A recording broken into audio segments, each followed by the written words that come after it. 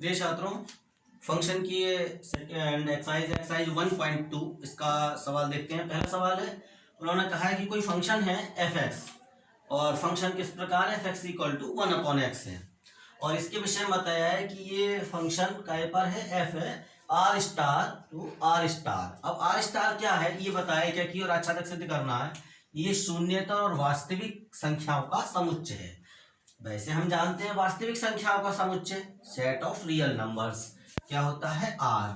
लेकिन यहां पर इन्होंने आर स्टार लिखा तो एक्चुअल में आर स्टार है क्या कि आर में से शून्यतर, शून्य के अलावा बाकी सब, तो ये है इसमें से जीरो हटा दिए जाए, यानी जो रियल नंबर हैं वो सेट ऑफ रियल नंबर्स में से है ना, तो रियल नंबर में से जितने भी रियल नंबर है जीरो को छोड़कर बाकी सब, ये है आर स्टार। जीरो नहीं होना है। अब वो होना क्यों नहीं है, क्योंकि जो फंक्शन आपने लिया है एक्चुअल में वो क्या है, वो है 1/x। अब देखो अगर x बराबर जीरो ले लोगे तो जाहिर सी बात है एक्स वाले जीरो के लिए तो फंक्शन डिफाइन ही नहीं करेगा क्योंकि इन्फिनिटी आ जाएगा। तो जब हमें एफ एक्स मिलेगा नहीं कहीं तो फिर फंक्शन डिफाइन नहीं करेगा, अनडिफाइन हो जाएगा। ये पिछले साल हमने सब पढ़ा है। तो अब हमें यहाँ पर ये सिद्ध करना है कि ये जो फंक्शन है वो एक एकी और आच्छादक है। अब देखो एक एकी का मतलब है एक का संबंध एक से है। दो चीजें बताई थी ना पिछले वीडियो बताएंगे, एक का संबंध एक से होता है एलिमेंट में, या अनेक का संबंध एक से है, वन वन या मैनी वन, दो टाइप की चीजें आती हैं। तो हम जैसे यहां पर ये दिया है कि कोई दो सेट हैं, कोई दो सेट हैं और ये है आर स्टार, ये भी आर स्टार ले लो, ये नॉन जीरो रियल नंबर के सेट हैं और इस पर कोई ये फंक्शन है एफ। अब नॉन जीरो रियल नंबर के सेट हैं ये, तो अब इसमें क्या क्या हो सकता है, देखिए आप जब नॉन जीरो रियल नंबर है आप माइनस का भी कोई नंबर रख सकते हैं, जैसे -3 -2 -1, और अब जीरो नहीं हो सकता, ये ध्यान रखने की बात है। तो क्या 1 हो सकता है, जी हाँ 1 हो सकता है, 1.5 हो सकता है, 1.7 हो सकता है, 2 हो सकता है, 3 हो सकता है, 3.5 हो सकता है, इस तरह के कितने भी नंबर लिखे जा सकते हैं। अब यहाँ जो चीज है इस टाइप से नंबर आते हैं। यहाँ पर अगर हम देखें तो ऐसे ही कुछ भी यहाँ लिख सकते हैं, -3 लिख दें, -2 -1, 1.5 3 लिख दें, 1.7 लिख दें, 2.1 लिख दें, 2 लिख दें, ऐसे करके 3 3.5, मतलब सेट ऑफ रियल नंबर है सब जीरो को छोड़ के बाकी सब। अब मुझे ये दिखाना है कि एक का संबंध एक से है, यानी किसी भी अगर x का एक में मान रखूंगा तो उसकी एक ही इमेज आएगी, किन्हीं भी दो एलिमेंट की एक इमेज नहीं बननी। अब देखिए यहाँ पर क्या है, इसे सिद्ध करने के लिए हम लोग क्या करते हैं, हमने ये मान लिया कि x1 और x2 कोई दो एलिमेंट हैं और ये दोनों एलिमेंट किसमें हैं, इसमें हैं, इस वाले सेट में है, डोमेन में है। अब जब ये इसमें है तो हम ये मानते हैं कि मान लीजिए इसकी जैसे x है तो इसकी इमेज क्या जाती है, एफ एक्स कहलाती है। तो इसकी x1 वाले की इमेज fx1 और x2 वाले की इमेज fx2, वो दोनों एक ही हैं। अब देखो हमने दो इमेज एक मान ली। अब इसका तरीका क्या रहता है, अगर इससे लेकर चलेंगे हम इनके हिसाब से, अगर x1 और x2 भी अलग अलग साबित होती हैं तो फिर तो इसका मतलब ये है कि वो अलग अलग है, उनकी इमेज एक हो रही है तो मैनी वन हो गया। और अगर x1 और x2 भी एक हो जाए, दोनों बराबर आ जाएं, इसका मतलब x1 x2 भी एक ही है, तो फिर इसका मतलब एक का संबंध एक से है, मैनी वन, 1 1 है। तो यहाँ पर fx1 बराबर fx2। अब देखो fx बराबर 1/x है तो ये हो गया 1/x1 और ये हो गया x2। अब यहाँ पर तिरछी गुणा कर लेंगे तो ये x1 बराबर x2 हो गया और ये निर्वात रूप से सत्य है। अब जब ये आ गया तो अतः फलन एक ही है। क्यों, क्योंकि यहाँ पर अगर ये स्पष्ट है कि अगर तो हमने इमेज जो एक ली है तो वो एलिमेंट भी एक ही आए, बराबर है, एक ही एलिमेंट एक इमेज है। अब अगर यहाँ पर वैसे भी देखें तो जैसे 2 है तो 2 का व्युत्क्रम क्या हो जाएगा, 1/2, एक ही मिलेगा। 3 है, 3 का व्युत्क्रम क्या हो जाएगा, 1/3, या 1/3 है तो 1/3 का व्युत्क्रम क्या हो जाएगा, 3। तो इस तरह से हर एलिमेंट की एक ही इमेज बनेगी। कहीं भी अगर आप देखें इसके हिसाब से x का कोई ऐसा मान नहीं होगा कि दो मानों के लिए एक इमेज बन रही हो, हर x के अलग अलग मान के लिए अलग अलग ही इमेज आएगी, यानी अर्थात fx के मान अलग अलग आएंगे। तो ये फलन एक ही है। अब दूसरी बात आई, दूसरी बात पे हमें ये विचार करना है कि ये आच्छादक है या नहीं।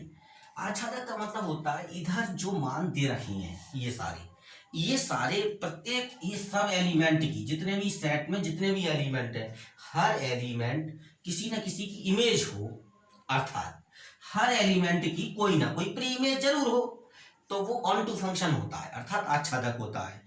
यदि इसमें एक भी एलिमेंट ऐसा होता है, एक भी एलिमेंट इस कोडोमेन में ऐसा मिल गया कि जो जिसकी कोई प्री इमेज नहीं है, तो फिर वो ऑन टू फंक्शन नहीं होगा। अब हम यह विचार करते हैं इसके लिए क्या करना चाहिए। इसका तरीका ये रहता है कि एफ एक्स को वाई के बराबर मान लिया, और जहां पर ये जो वाई है ये इसका हिस्सा होता है, ये इसको बिलोंग करना चाहिए, तो ये सेट ऑफ ये non zero real number set का है हिस्सा। अब एफ एक्स बराबर वाई, एफ एक्स बराबर है 1/x, 1/x बराबर वाई, तो x का मान निकालते हैं y के पदों में, जी ये निकाल लिया, जैसे x बराबर 1/y आ गया। अब यहाँ पर आप स्पष्ट रूप से देखो x का मान 1/y है, ये y के मान है सब, और इसमें डालोगे तो जो मान आएगा निकल के वो x का आएगा यहाँ पर, बिल्कुल समझ में आ गया। अब यहाँ पर आप ये बताओ y का जब रियल नंबर्स में से कोई भी मान रख दो, उसका आप व्युत्क्रम करोगे यहाँ आ ही जाएगा x का। ऐसा कोई y नहीं है जिसके लिए x का मान प्राप्त आपको ना हो, यानी कि ये जो y है जो इसमें है x तो मिलेगा ही मिलेगा, तो अतः फलन आच्छादक है, अतः फलन आच्छादक है। फलन आच्छादक कब नहीं होता है ये समझ लो, जब हम y का मान डालें और x का मान हमको ना मिले, क्योंकि ये भी रियल नंबर्स हैं, सब नॉन जीरो रियल नंबर्स हैं, इसमें भी सारे नॉन जीरो रियल नंबर्स हैं, तो किसी को भी आप डालो उसका व्युत्क्रम मिल ही जाएगा, इसमें कोई प्रॉब्लम ही नहीं है। प्रॉब्लम कहाँ आती है, देखो इसके बाद यहां से यहां तक का तो सवाल हो गया। इन्होंने लिखा यदि प्रांत आर डैश को एन में बदल दिया जाए, यदि प्रांत आर स्टार को एन में बदल दिया जाए, यानी इसका मतलब क्या हुआ, अब यहां पर अगर आप इसको हटा दो आर स्टार को और क्या कर दिया एन कर दिया, अब जब ये सेट ऑफ नेचुरल नंबर्स हो गया, तब मैंने ये 1.5 1.7 लिखे थे ना, इनका सबका रोल खत्म, ये माइनस वाले लिखे थे ना, सबका रोल खत्म। अब सीधी सीधी सी बात है, यहाँ पर कौन होगा 1 2 3 4 5 6 7 डॉट डॉट डॉट ये आएंगे, क्योंकि ये नेचुरल नंबर के सेट हो गए। तो अब यहाँ पर ये तो वही है, आर स्टार ही है, वही है, और यहाँ पर एन हो गया। अब इसके कारण से क्या होगा कि यहाँ तो कोई फर्क ही नहीं पड़ेगा, फलन एक ही आएगा, एक का संबंध एक से ही आएगा, क्योंकि रिवर्स करना है। लेकिन जब आच्छादक की बात आएगी तो देखो तब विचार करने की बात है, जैसे y है, अगर मान लीजिए यहाँ पर पोजीशन में क्या होगी, y का मान आपने डाला ये 3, देखो y का मान ये 3 लिखा हुआ है, अब y का मान यदि आपने यहाँ 3 डाला तो x का मान क्या आएगा 1/3। देखो अगर x बराबर 1/3 आया, यदि y बराबर 3 है तो x का मान आया 1/3। अब x का मान 1/3 इस नेचुरल नंबर के सेट में कहाँ लाओगे, इसका मतलब ये हुआ कि 3 की कोई प्री इमेज नहीं होगी, ये क्योंकि ये तो इसमें है ही नहीं, 1/3 तो नेचुरल नंबर के सेट में होता ही नहीं, उसका हिस्सा ही नहीं है। तो अब यहाँ पर 3 की कोई प्री इमेज नहीं होगी, एक मिल गया मुझे, ऐसे बहुत सारे होंगे। इसका मतलब ये हो गया कि जैसे यहाँ पर n होगा तो फिर फलन आच्छादक ये नहीं रहेगा, ये फर्क पड़ेगा। अब हम दूसरा क्वेश्चन देखते हैं तो और ज्यादा समझ में आएगा। अब देखिए दूसरा क्वेश्चन है और इसमें वही एकाकी और आच्छादित गुणों की जांच करनी है। फंक्शन है f(x) बराबर x², हम इसको समझ लें, और ये फंक्शन किस पे काम कर रहा है, n से n पे काम कर रहा है। इसका मतलब क्या हुआ, n से n पे काम कर रहा है, जो इसका डोमेन है वो भी नेचुरल नंबर का सेट है, ऐसे समझ लो, और जो कोडोमेन है वो भी नेचुरल नंबर का सेट है। इसका मतलब क्या हुआ, इसमें 0 ना होगा, -1 ना होगा, -2 नहीं है, -3 नहीं, -4 नहीं, 1.2 नहीं होगा, 2.3 नहीं होगा। बहुत सिंपल सी बात, नेचुरल नंबर का सेट, यानी कि 1 2 3 4 5 6 7 8 9 10 इस प्रकार के नंबर होंगे। तो यहाँ पर ये जो नेचुरल नंबर का सेट है 1 2 3 4 5 6 7 8 9 10 11 12 इस तरह के नंबर होंगे, 5 6 7 8 9 10 11 इस n से n पे है। अब हमें यहाँ पर सीखना क्या है कि फलन एकाकी है या नहीं। एकाकी का मतलब यहाँ तो हम यही कह देती हैं कि भाई इसका संबंध 1 से होना चाहिए। तो अगर हम देखें कि अगर हमने 1 रखा, x का मान 1 रखा, तो f1 का मान कितना आ रहा है, 1 आ रहा है। f1 बराबर fx बराबर देखो x² है, तो f1 बराबर क्या होगा 1 का स्क्वायर यानी कि 1 हो गया। f2 बराबर क्या होगा 2 का स्क्वायर यानी कि 4 हो गया। f3 बराबर क्या हो गया 3 का स्क्वायर यानी कि 9 हो गया। तो फिर यहाँ तो हमें ये स्पष्ट रूप से दिखाई दे रहा है कि ये एक की इमेज 1 है। f1 का मतलब है एक की इमेज, फंक्शन ऑफ 1, यानी ऐसे समझ लो। अब जो 2 की इमेज कितनी हो गई 4 हो गई, और देखो 3 की इमेज कितनी हो गई 9 हो गई। ऐसे 4 की इमेज 16, 5 की इमेज 25। आप कहीं चले जाओ, हर एक एलिमेंट की अलग अलग इमेज मिलने वाली है, ये तो निश्चित हो गया। हर एलिमेंट की इधर इमेज मिलेगी और सबके लिए अलग अलग है, ऐसा नहीं है कोई से दो एलिमेंट की एक इमेज मिले। तो ये फंक्शन 1 1 है। ये तो हमने यहाँ पर ये बात समझ ली। अब लिखेंगे कैसे इसके लिए? तो लिखने के लिए इसका तरीका बताया था कि हमने ये मान लेते हैं कि x1 और x2 कोई दो फंक्शन हैं और वो दो इस सेट के हैं, डोमेन n के हैं, मान लो इसको बिलोंग कर रहे हैं, ठीक। और अब हमने ये मान लिया कि उनकी जो इमेज है वो x ही है, fx1 बराबर fx2, ये ले लिया हमने। तो अगर एक बात बताओ, fx1 बराबर fx2 ले लिया, fx बराबर एक्स स्क्वायर है, तो fx1 बराबर किसके हो जाएगा जी? x1 स्क्वायर के। fx2 बराबर यहाँ के हिसाब से x2 स्क्वायर के हो गया। अब हम इसको देखते हैं, तो जब दोनों स्क्वायर रूट लेते हैं तो x बराबर आता है प्लस माइनस x2। अब यहाँ ये बात समझने की, ये नेचुरल नंबर का सेट है, इसमें माइनस तो है ही नहीं, तो फिर ये वाला माइनस प्रभावी होगा ही नहीं। इसका मतलब क्या होगा? प्लस ही तो होगा। इसका मतलब हो गया x1 बराबर हो गया x2 के। वैसे दो वैल्यू हो सकती थी, x1 बराबर प्लस x2 भी हो सकता था, x1 बराबर माइनस x2 भी हो सकता था, लेकिन क्योंकि ये नेचुरल नंबर के सेट पे बात हो रही है और नेचुरल नंबर के सेट में माइनस का नंबर होता ही नहीं है, इसलिए बिल्कुल भी चिंता करने की बात नहीं। x1 और x2 जी बराबर हो गए, और जब ऐसी दोनों एलिमेंट भी बराबर आ गए जिनकी इमेज मैंने बराबर ली थी, इसका मतलब है अतः फलन एक ही है। अगर ये दोनों बराबर नहीं आते हैं या ज्यादा आते हैं, मतलब दो आ जाते हैं एलिमेंट, तो हम कहते हैं कि नहीं है। तो हमने यहाँ पर ये इस प्रकार से इनके संबंध को भी देखा कि कैसे कैसे कौन किससे इमेज बना रहा है, और ये भी देखा कि हाँ ऐसे करके सिद्ध करना है। अब दूसरी बात आई आच्छादी गुणों की जांच करनी। आच्छादी का मतलब इधर वाले में कोई एलिमेंट अब दिख तो रहा है साफ, क्योंकि आपको ये बताया है कि आच्छादी का मतलब क्या है? जो कोडोमेन है, कोडोमेन का प्रत्येक अवयव की प्री इमेज होनी चाहिए। अब यहाँ सभी मेरे भाई बहन देख रहे हैं कि इस एक की प्री इमेज क्या है? 1। 4 की प्री इमेज क्या है? 2। 9 की प्री इमेज क्या है? 3। लेकिन जो बीच बीच में बच गए, अरे ये जो बच गए, 2 बच गया, 3 बच गया, जो तो बहुत बच गए, इसका मतलब क्या हुआ कि सबकी तो प्री इमेज नहीं है। तो फिर ये कैसे? इसका मतलब ऑन टू नहीं है। ये तो हो गई रियलाइज करने की बात, समझ में आने वाली बात। अब आई बात लिखेंगे कैसे। जब समझ में आ जाती है तो लिख भी लेते हैं। देखिए क्या करना है।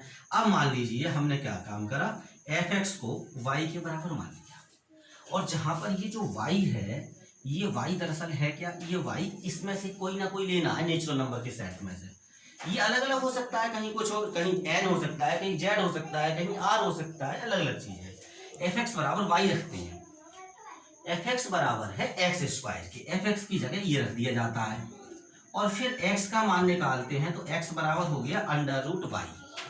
अब देखो मेरे भाई, जब x बराबर अंडर रूट वाई हो गया, अब आप y का मान डालोगे, x का मान आएगा।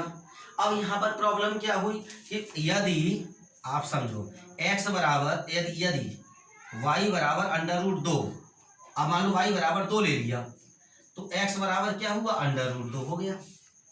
अब अंडर रूट जो ये है, ये बिलोंग करता नहीं है n को। अंडर रूट 2 का तो 1.414 हो गया, नेचुरल नंबर के सेट में होगा नहीं, इसीलिए 2 की कोई प्री इमेज नहीं है। तो जब ये चीज इसमें नहीं होती तो अतः फलन आच्छादी, हम कह सकते हैं कि फलन आच्छादी नहीं है, यानी ये फंक्शन ऑन टू नहीं है, अर्थात सर्जेक्टिव नहीं है। यहाँ बिल्कुल स्पष्ट समझिए, y के प्रत्येक मान के लिए x का मान मिलना चाहिए। अगर y के एक मान भी ऐसा फंस गया कि आपको x का मान नहीं मिल रहा, तो फिर वो ऑन टू नहीं होगा। अब देखो इसी क्वेश्चन में दूसरा सेकंड केस है, फंक्शन वही है fx बराबर एक्स स्क्वायर, यहाँ चेंज हुआ फंक्शन, काय पे अभी तक था n से n पर, अब हो गया z से z पर। z क्या होता है? z होता है पूर्णांकों का समुच्चय, यानी 1 2 3 4 5 6 जो अभी तक था वो तो रहेगा ही रहेगा। अब 0 ऐड हो गया, 0 आ जाएगा इसमें, और जितने प्लस वाले नंबर थे नेचुरल नंबर, उन सबके संगत माइनस वाले नंबर भी आ जाएंगे। तो अगर हम इसको लिखना चाहें, इसको कैसे समझें कि ये z क्या है, तो मैं कुछ नंबर यहाँ पर लिख के आपको समझा सकता हूँ कि ये है क्या चीज z। मान लो अगर समझाना है तो देखो z में आपको क्या क्या मिलेगा। z में आप 0 रखो, -1 रख लो, -2 रख लो, -3 रख लो, और बहुत सारे ऊपर रखे जा सकते हैं, 1 2 3 4 ऐसे इधर रखे जा सकते हैं। ऐसे इधर है 0 -1 -2 -3 -4 डॉट डॉट डॉट 1 2 3 4 5।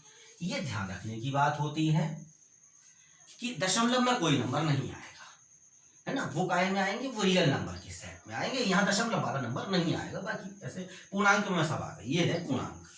अब यहाँ पर क्या कहा, एफ एक्स बराबर है एक्स स्क्वायर, तो एक्चुअल पोजीशन देखते हैं क्या आ रही है। एफ एक्स बराबर है, देखो साहब एक्स स्क्वायर, तो एफ वन बराबर क्या होगा, वन का स्क्वायर, तो साहब वन हो गया। एफ माइनस वन क्या होगा जरा ये देखना, तो माइनस वन का स्क्वायर वन हो गया। अरे वन की भी इमेज वन है और माइनस वन की भी इमेज वन है, इसका मतलब ये हो गया वन की भी इमेज ये तो वन हो गई और माइनस वन की भी इमेज वन हो गई, तो फिर ये फंक्शन वन वन नहीं है। स्पष्ट हो गया, क्योंकि दो की इमेज एक हो रही है। वन वन कब कहते हैं, एक का संबंध एक से हो, और जब उल्टा क्या है, अनेक का संबंध एक से हो, तो फिर वहां पर उसको कहते हैं मैनी वन फंक्शन। तो ये वन वन फंक्शन तो नहीं है। अभी और एग्जाम्पल देखे जा सकते हैं इसी प्रकार से। मान लीजिए f2 लिखा था, 2 का स्क्वायर 4 हो गया, f minus two equal to, तो ये भी 2 का स्क्वायर 4 हो गया। यहाँ पर इट मीन्स जो f माइनस टू है तो इसकी भी इमेज 4 हो गई और 2 की भी इमेज 4 हो गई। तो अब ये स्पष्ट रूप से यहाँ पर ये बात आपने समझ ली। अब लिखना कैसे है ये तो समझ में आ गया हमें कि एक एक ही नहीं है। तो एक एक ही सिद्ध करने के लिए हम क्या करते हैं, उसी तरीके से काम करेंगे। हमने मान लिया x1 और x2 दो एलिमेंट हैं और किसको बिलोंग कर रहे हैं, z को बिलोंग कर रहे हैं, है ना, ये सेट ऑफ इंटीजर्स है z। तो फिर क्या करेगा, मैंने मान लिया कि fx1 बराबर है fx2 के, इसको ले लिया। अब fx का मतलब x1 स्क्वायर बराबर x2 स्क्वायर हो गया। अब देखो x1 बराबर प्लस माइनस x2, यहाँ तो माइनस के हैं, पिछली बार मना किया था ना नैन में लेने के लिए, लेकिन यहाँ ले सकते हैं क्योंकि दोनों नंबर है। वही तो बात है कि दोनों इमेज अलग अलग होगी, भले ही इनकी इमेज एक आ रही है। जैसे f1 की इमेज एक है, f माइनस मतलब सॉरी 1 की इमेज एक है और माइनस 1 की भी इमेज एक है। देखो माइनस 1 की भी इमेज एक, 1 की भी इमेज एक, वही चीज तो है। x1 और x2 दो वैल्यूज हो गई, एक प्लस का है एक माइनस में है। तो यहाँ का मतलब इसलिए कहा फलन एक है कि नहीं है, हम इस प्रकार से लिख देंगे। ये तो हमारे इस प्रकार से ये लिखना परीक्षा की दृष्टि से ये हमको समझना है, समझना जरूर है कि हम यहाँ पर क्या काम कर रहे हैं। अब दूसरी बात है, इसकी आच्छादी गुण की जांच करनी है हमको। अब देखो भाई, आच्छादी गुण की जांच करनी तो हमें जैसे ये समझ में आए, अब जैसे 2 है या 3 है, ये स्पष्ट रूप से बीच में दिखाई दे रहे हैं अगर आपको, कि ये जो नंबर है जैसे 2, इसका कभी भी आप समझो 2 का स्क्वायर रूट नहीं मिलेगा आपको। क्यों नहीं मिलेगा, 2 का स्क्वायर रूट पॉइंट में आएगा और पॉइंट वाले इधर नंबर हो नहीं सकते। 3 का स्क्वायर रूट नहीं मिलेगा, वही पॉइंट में आएगा, पॉइंट वाले नंबर इधर होंगे नहीं, वो तो रियल नंबर के सेट में होते हैं। जेड में थोड़ी ना, इंटीजर तो है नहीं, इधर तो केवल इंटीजर है। इसके अलावा एक और समस्या है, इनका स्क्वायर रूट कौन लेगा, ये तो माइनस के नंबर हैं और माइनस के नंबर का जो स्क्वायर रूट है वो तो फिर इमेजिनरी नंबर हो गया, तो ये तो सब फिर गड़बड़ कर जाएंगे। इसका मतलब क्या हो गया कि ये जो सेट है वो आच्छादी नहीं है। अब मैं इसको यहाँ पर कैसे लिख के दिखाऊं, मैंने मान लिया कि fx बराबर है y के, और जहाँ ये जो y है ना, y इसको बिलोंग कर रहा है, ये यहाँ से लिया है z, इसमें से बिलोंग करना चाहिए, यही करेगा, जाहिर सी बात है। fx बराबर मैंने रखा x स्क्वायर बराबर y, x का मान निकाल लिया y के पदों में, ये हो गया x बराबर अंडर रूट y। देखो बात यही तो थी। अब y का मान ऐसा हर एक y का मान रखना चाहिए, x का मान आना चाहिए, बहुत बढ़िया। y का मान 1 रखा, तुरंत x का मान आ जाएगा प्लस माइनस 1, साफ प्लस 1 भी है माइनस 1 भी है। देखो देखो जैसे यदि y बराबर 1 तो x बराबर क्या हो गया अंडर रूट 1, यानी कि प्लस माइनस 1। देखो प्लस 1 भी है और माइनस 1 भी है, दोनों आप लिख सकते हो। अगर मैंने लिखा यदि y बराबर 4 तो x बराबर क्या हो गया अंडर रूट 4, यानी क्या हो गया प्लस माइनस 2। बिल्कुल दो दो मान आ रहे हैं, प्लस 2 भी है और माइनस 2 भी है। लेकिन भाई अगर मैं लिख दूंगा y बराबर, मान लो यहाँ से इतना हटा दूं, y बराबर 2, अब क्या आ जाएगा x बराबर अंडर रूट 2। अब अंडर रूट 2 का मतलब यहाँ पर इंटीजर तो आएगा नहीं, अंडर रूट 2 है, तो फिर ये इसमें z में तो है नहीं। तो इसका अगर एक भी ऐसा मान मिल गया कि हमको y के मान के लिए x का मान नहीं मिल लिया, तो फिर वो सेट फिर ऑनटू नहीं होता, अर्थात आच्छादी नहीं होता। तो ये यहाँ पर फलन कैसा हो गया, आच्छादी नहीं है, आच्छादी। तो ये जो फंक्शन है वो ना तो एक ही है और ना ही आच्छादी है। अब देखिए जो तीसरा केस है, इसमें फंक्शन वही है fx बराबर एक्स स्क्वायर, लगातार वही चल रहा था। कंडीशन थोड़ी सी चेंज हुई, पहले सवाल में ना n से n पे था, दूसरे सवाल में जेड से जेड पर आया, और इसमें जो तीसरा केस है इसमें ये आर से आर पे हो गया। आर क्या है? आर है सेट ऑफ रियल नंबर्स, वास्तविक संख्याओं का समुच्चय। अब इससे क्या होगा? अब वास्तविक संख्याओं के समुच्चय पर आने से फर्क क्या पड़ेगा? देखो हम बताएं, अभी तक जैसे यहाँ पर ये सारे तो थे ही थे, लेकिन दशमलव वाले नंबर नहीं थे। अब जैसे अगर आपको लिखना है मान लीजिए 1.23 तो वो आप डाल सकते हो, और आपको लिखना है 2.71 वो लिख सकते हो। कोई भी दशमलव वाला नंबर जो है जो इनके बीच में है, अब जैसे 3 और 4 है, 3 और 4 के बीच में अनंत नंबर होते हैं, तो अब आपको मान लो 3.1 लिखना है, ये लिख सकते हो, 3.2 लिखना है, ये सारे नंबर इसमें आ जाते हैं। ऐसे ही यहाँ पर है तो यहाँ पर 1.1, 2, 3 आसान लिखना है, या 1.734 लिखना है, कुछ भी नंबर अनंत तक आप समझते हैं। आप रियल नंबर के सेट का मतलब क्या है इसके बारे में मैंने बहुत विस्तार से एक वीडियो में बताया है, यदि आपको ध्यान में नहीं है तो आप देख लें। Natural number, integers, prime numbers, real numbers, इन सब के बारे में एक वीडियो में बताया है। तो यहाँ पर ये सारे नंबर अब जैसे आ गए, अब इसके बाद पोजीशन क्या शुरू होगी? ये को चेंज है। अब वही मान लिया x1 और x2 है, अब ये r को बिलोंग करते हैं, अब यहाँ पर e मान लिया क्योंकि आपकी सर डोमेन ये चेंज हो गया, ये r है। अब देखिए जैसे x1 x2 है, ये मान लो r को बिलोंग करते हैं, ठीक है। वही fx1 बराबर है x2 पीछे वाली तरह लिखेंगे, x1 स्क्वायर बराबर x2 स्क्वायर, सेम वही पोजीशन रहेगी, क्योंकि यहाँ भी किन्हीं भी दो का इमेज एक बनेगा। ऐसा नहीं है कि एक की इमेज एक ही बने, दो की इमेज भी एक हो सकती है, तो ये फलन भी एक है कि नहीं है। अब यहाँ पर क्या होगा कि fx बराबर y के लिए जब y बिलोंग्स टू, अब जैसे z तो यहाँ पर हो गया r, ये है समझने की बात। अब ये r को बिलोंग कर रहा है, इसमें r है, एक्स स्क्वायर बराबर y लिया, x बराबर अंडर रूट वाई। अगर देखो जहां तक ये देखने में लग रहा है कि जैसे हमने ये लिया y के लिए, ये वाले जो मान है धनात्मक वाले, इनमें चाहे कोई सा मान ले लिया जाए y के धनात्मक मानों में, तो क्या होगा उसके लिए x का मान मिल जाएगा हमें। y का इन धनात्मक मानों में से कोई भी मान रख दें, x का मान मिल जाएगा। जैसे 2 है, अब 2 का वर्गमूल करेंगे 1.44 आ जाएगा, वो तो यहाँ मिल जाएगा, कोई प्रॉब्लम नहीं लग रही, ऐसा देखने में लग रहा है। लेकिन यहाँ पर जो खतरा है वो खतरा इन मानों में है। जैसे ही आप अगर मान लीजिए ये y का मान डालोगे, -2, अगर आपने y का मान -2 लिया, आप ले तो सकते ही हो कि इसमें है, तो अब यहाँ पर x का मान क्या आएगा? x बराबर अंडर रूट वाई है, अंडर रूट -2, और ये कैसा नंबर हो गया? इमेजनरी नंबर है। तो अब ये इमेजनरी नंबर हो गया, तो ये जो है हम लिखेंगे कि इस सेट में मौजूद नहीं है, क्योंकि ऋणात्मक संख्याओं के वर्गमूल तो इधर होते ही नहीं है। तो फिर अब ये फंक्शन क्या हो गया कि अर्थात आच्छादी नहीं है, ये बात हमको समझनी है। अब देखिए जैसे ये वाला क्वेश्चन है, चौथा केस है, fx बराबर है x क्यूब के, fx बराबर x क्यूब हो गया, फंक्शन थोड़ा सा चेंज हो गया। अभी तक हम काम कर रहे थे fx बराबर x स्क्वायर पे, और अब काम करेंगे fx बराबर x क्यूब पर, और फंक्शन का ऐसे n से n पर है। अब जब n से n पर ये फंक्शन काम कर रहा है, तो n का मतलब 1 2 3 4 5 6 7 8 9 10 और dot dot dot 1 2 3 4 5 6 7 8 9 10 11 12 13 14 dot dot dot ऐसे करके लिख सकते हैं। अब ये फंक्शन है fx बराबर x क्यूब। एक आइडिया देखो कैसे लगाते हैं। f1 बराबर क्या हो जाएगा? 1 का क्यूब 1, f2 बराबर क्या हो गया? 2 का क्यूब 8, f3 बराबर क्या हो गया? 27। बहुत स्पष्ट है, 1 का इमेज 1 हो गया, 2 का इमेज 8 हो जाएगा, 2 का इमेज 8 हो जाएगा ये, और 3 का इमेज 27 होगा। 27 मैंने चलो ठीक है, अब नीचे जाएगा आ जाएगा लिखेंगे तो हर एक का इमेज अलग अलग बनेगा। तो बहुत स्पष्ट है कि फंक्शन ये क्या की जा रहा है। तो और दूसरी बात, अब इसको लिखें कैसे? x1 और x2 मानेंगे कि ये इसमें n में है। देखो तार्किक ढंग से ऐसे समझना। तो हमने मान लिया कि fx1 बराबर है fx2 के। अब ये हो गया x1 की घात 3 बराबर x2 की घात 3। अब दोनों और जब स्क्वायर रूट लेंगे, क्यूब रूट लेंगे, तो x1 बराबर x2 के हो गया। यहाँ पर भी चक्कर नहीं पड़ेगा, जैसे स्क्वायर रूट में पड़ रहा था प्लस माइनस वाला, यहाँ तो सीधे x1 बराबर x2 के हो गया। अब इस अतः फलन एक की है, अतः फलन एक ही है, सबके लिए अलग अलग आ रहा है। अब दूसरी जो चीज है, दूसरी जो पोजीशन है, वो हमें साबित करनी आच्छादित की, आच्छादित है या नहीं।